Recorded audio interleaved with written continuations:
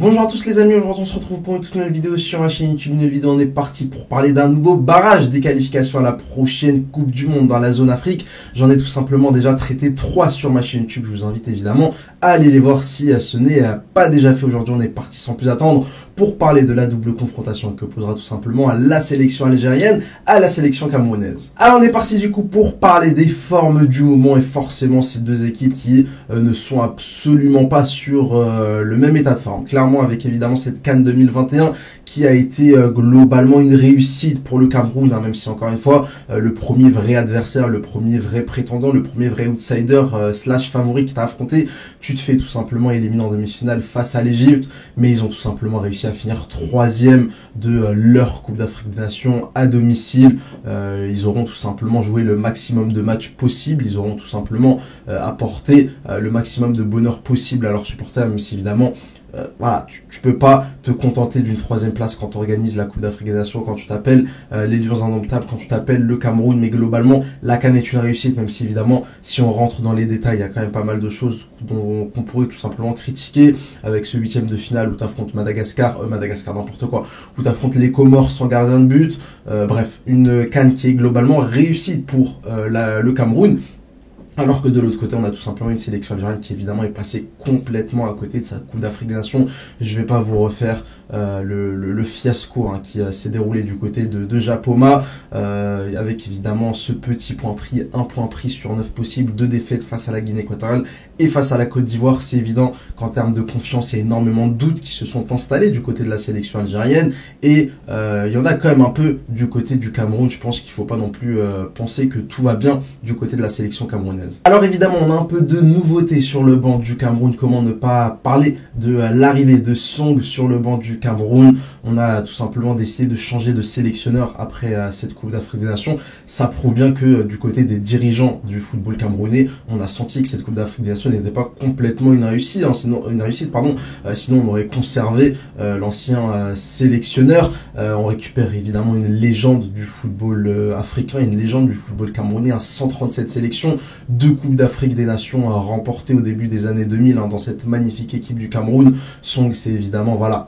une légende en Afrique, une légende surtout du côté du Cameroun. Alors c'est un choix qui je trouve un peu à double tranchant. Je pense qu'il a eu je pense qu'il a quand même eu des certitudes et des garanties en cas de non-qualification à la Coupe du Monde. Je pense que quoi qu'il arrive, on le virera pas du côté de la sélection du Cameroun. C'est-à-dire que même si le Cameroun ne se qualifiera pas, je pense qu'on va le conserver et on essaiera de mettre en place un cycle de plusieurs mois, voire plusieurs années avec l'ancien joueur du Cameroun. Mais c'est vrai que c'est un choix assez surprenant, surtout quand on sait qu'entre son arrivée et ce match des barrages face à l'Algérie, il n'y aura tout simplement aucun match amicaux pour pouvoir se préparer, même si voilà, il avait les sélections des jeunes, il connaît évidemment parfaitement le football camerounais, j'en ai aucun doute, mais c'est un choix quand même assez surprenant et assez risqué. Et puis évidemment du côté de la sélection algérienne, on a tout simplement Djamel Belmadi, qui je trouve n'est pas serein, en tout cas ne dégage pas de la sérénité à quelques jours, à quelques heures de cette double confrontation. On l'a vu notamment en conférence de presse,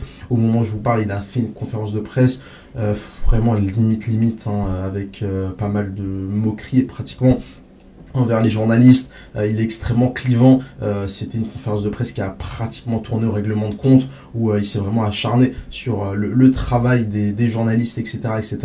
Voilà, Djamel Belmadi, clairement, on sent qu'en cas de non-qualification, moi je ne serais pas surpris de le voir tout simplement claquer la porte de la sélection nationale et d'annoncer sa démission voilà, au premier micro qu'on lui tendra en cas de non-qualification du côté de Blida. Bref, deux situations quand même assez complexes, que ce soit pour son du côté du Cameroun ou bien pour Belmadi du côté de la sélection algérienne. Alors forcément, on va quand même un peu parler des 2 stades. D'abord celui de Mustapha Tchaker, une pelouse impeccable, clairement le stade de Blida qui est tout simplement, voilà, on devrait jouer tout simplement dans des conditions optimales pour pouvoir pratiquer le football. Et évidemment il y a ce stade de Japoma qui a énormément fait parler. Le Cameroun qui n'est pas habitué à jouer du côté de Japoma, c'est pas son stade principal et pourtant ils ont tout simplement décidé de jouer ce barrage là-bas. Voilà, c'est une guerre psychologique, le football de haut niveau, ça se joue sur des petits détails. Ils essaient évidemment de déstabiliser la sélection algérienne avec le fait que les Algériens soient pas mal pleins de cette pelouse durant la Coupe d'Afrique des Nations. Voilà, moi je pense qu'il n'y a plus d'excuses, les Algériens ne peuvent plus se cacher derrière cette pelouse, on ne peut plus se cacher derrière cette pelouse, les joueurs sont habitués, ils ont déjà joué quand même 3 matchs durant la Coupe d'Afrique des Nations. Voilà, tu peux pas arriver et être surpris, te dire ah la pelouse est catastrophique, ouais, la pelouse elle est moyenne. J'espère évidemment que la pelouse sera optimale pour pouvoir pratiquer le football à un très haut niveau et nous permettre d'avoir du spectacle. Mais voilà, je pense qu'on va quand même très rapidement couper court à toute critique envers cette pelouse. Les Algériens sont habitués, ils ont joué quand même 3 matchs au mois de janvier et je pense selon moi plus d'excuses et doivent performer peu importe l'état de cette pelouse, même si évidemment on espère qu'elle sera quand même dans un bon état justement pour le spectacle, pour les joueurs et voilà, plus globalement pour le football. Alors forcément ça va être une double confrontation, choc entre deux équipes qui vont évidemment tout faire pour se qualifier à la Coupe du Monde.